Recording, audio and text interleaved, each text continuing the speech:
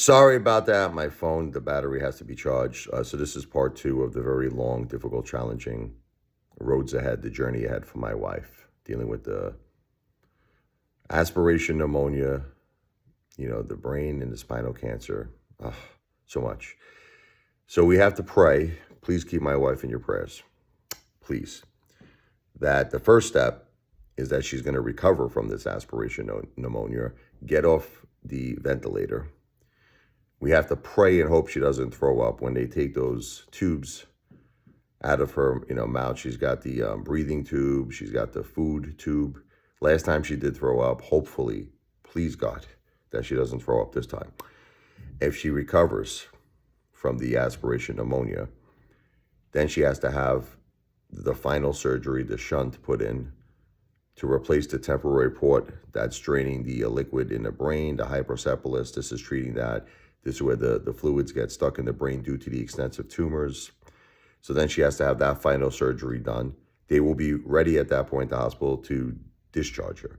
But obviously, they're going to want to discharge her into a rehab so she can recover. She hasn't walked in about a month. She's been bedridden this whole time.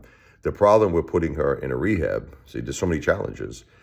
She needs treatment like ASAP. She has not gotten treatment. She has a very, very rare cancer. Only 1% of people with cancer have this leptomeningeal disease. Lepto disease is no joke. If you don't get immediate treatment, you could pass away in a couple of months. She's been in the hospital for a whole month. They haven't treated her. They're treating her for the pneumonia. They're helping her with the breathing. But they're not treating her for the cancer. You might say, why not? Because they don't feel that she's in stable enough condition with her health to endure treatments like chemotherapy, or for that matter, even proton. But proton, these are outpatient procedures. You have to be able to get up, walk, go to the facility, the proton beam centers.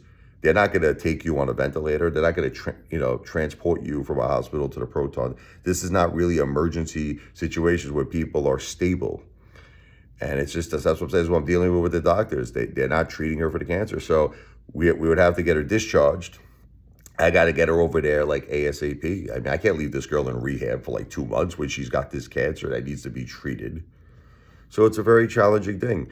Now, after she gets some form of treatment, of course, I would let her rest at rehab, and the problem is you have to get probably multiple treatments. I think it's once every few weeks or once every month. I don't know if I would have to, take her out of the rehab, or maybe she could recover at home. Maybe we could get nurses here. I could set her up.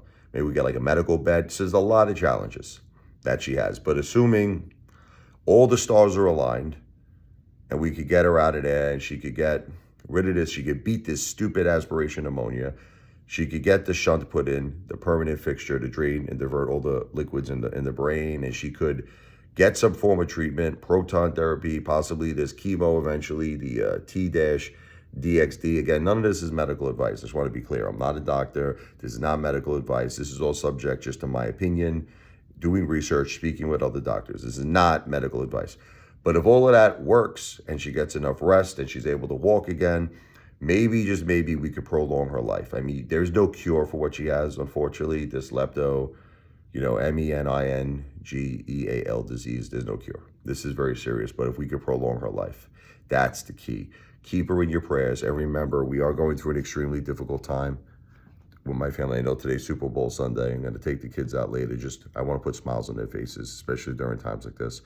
But I have a service. It's called the Thank You Song. For a very, very small entertainment tip on my Cash App. My Cash App is my piano bar jaw. Okay, for entertainment tips, I will write and perform the thank you song for you.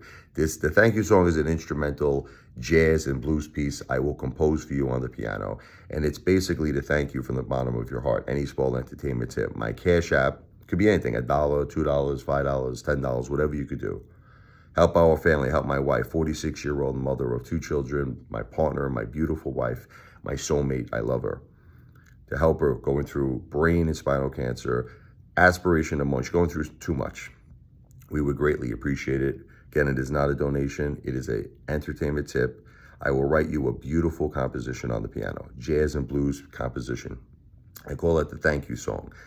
My Cash App is the $, RichardLevoi, RichardLevoi.